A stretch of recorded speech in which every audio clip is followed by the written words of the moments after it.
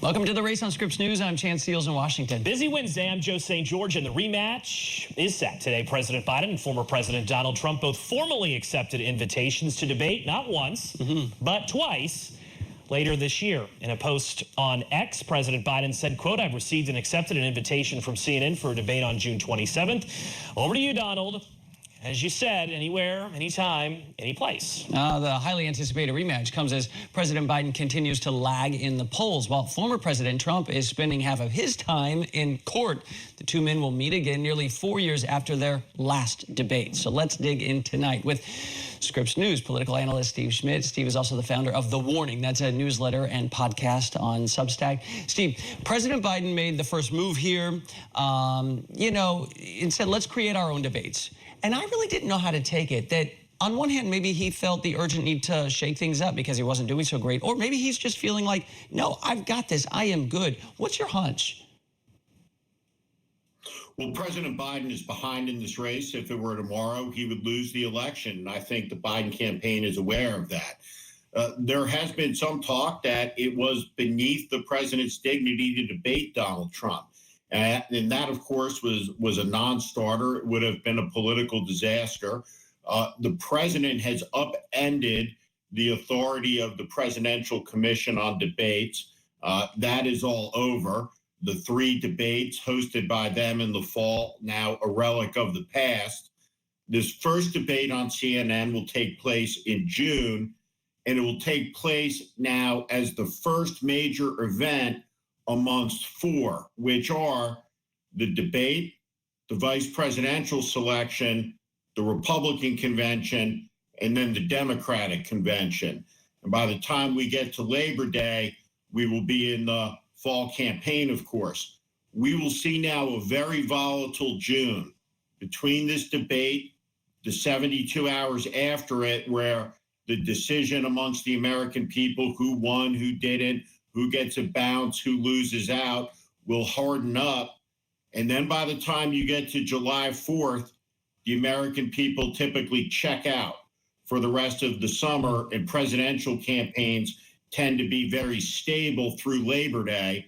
The exceptions being, of course, these presidential years, those periods of volatility around the convention. So it's a big change from the rhythm of the modern era, if you want to go back to the 1960 John Kennedy debates.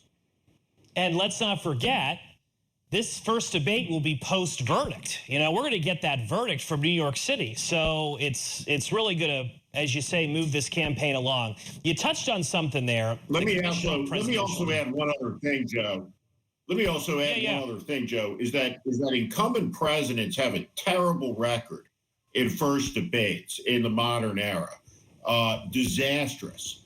President Obama against Mitt Romney, George Bush against John Kerry, Ronald Reagan against Walter Mondale. And the reason for that, it's hard to walk into the Oval Office and say, Mr. President, it's time to practice now. Presidents typically look at their staff and say, if you guys were so smart, why am I the president?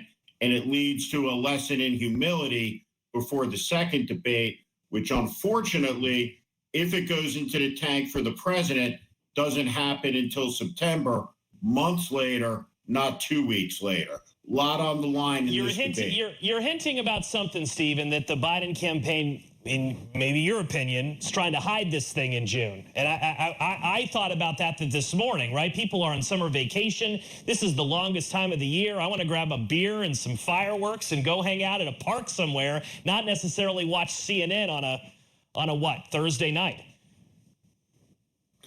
This will have very high ratings. This will be a big event. People watch presidential debates. It won't have the numbers of a fall debate, but it should not be underestimated for its impact and its importance. And if it goes south for the president, there are enormous stakes. There are bigger stakes for the president in this debate than there are for Donald Trump by a good measure. Okay, so Steve, we just went down all the results of yesterday's primaries. And in recent primaries, we're seeing a trend here. Uncommitted and Nikki Haley on either side getting about 20% sometimes. Should we be slotting those 20% in for RFK Jr.? Well, I think it's very fascinating where that vote is going to go. So, theory one is, do those Republican voters who are indicating that if given a choice, they would not choose Trump, does that vote for Haley become an immunity vote, meaning that it's just easier to vote for Trump in November, having not voted for him? Now, the conventional wisdom among Democrats has been that Robert Kennedy's candidacy hurts Joe Biden. But there's really no evidence to sustain that. Well, my gut tells me that Robert Kennedy's campaign is more a draw out of Donald Trump as he starts to climb. But will those Haley voters stay in the Republican tent? Who knows?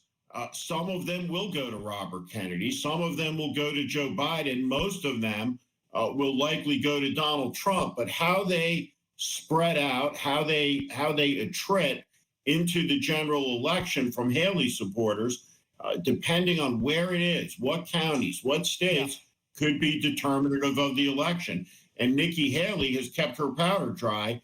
She is not on board with Donald Trump, and she's going to cash in her chips at some point. And it will be interesting to see when that is and what she wants for them.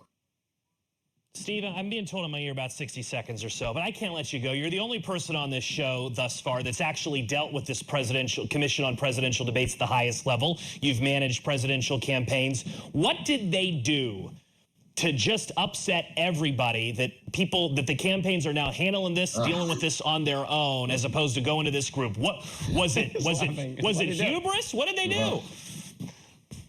The high-handedness over many years. This is a joyous night for the alumni of presidential campaigns on both sides, and I think, speaking for all of them, congratulations to Susie Wiles, Chris LaCivita, and to Jen O'Malley Dillon for finally ending it all.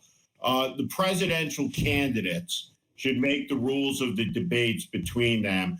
And this is where the authority and where the agency should lie. The campaigns have taken it back. These debates are of monumental importance. And what the Presidential Commission did is turn them into cheap entertainment. They did not enforce the debate rules. These debates were a travesty 4 years ago. Moderators lost control of them. They were farcical. And the CNN, I think, is going to do a better job of it. And I think the other news networks, independent of the debate and all the silliness around it, will probably deliver more meaningful debates than we have been used to seeing. And that's a good thing. Sounds like a eulogy here. Sounds like a eulogy. But, I do feel for some of the students at some of these universities where these debates were going to take place, Virginia State University down I-95 in Virginia, there was some excitement to having the circus come to their campus. Well, they can get a CNN subscription and watch it. Watch party. Never too early to tell the young people that life is full of disappointment. Thank you, Steve. And we'll end it on that happy note on this Wednesday night. We'll see you soon, sir. Thank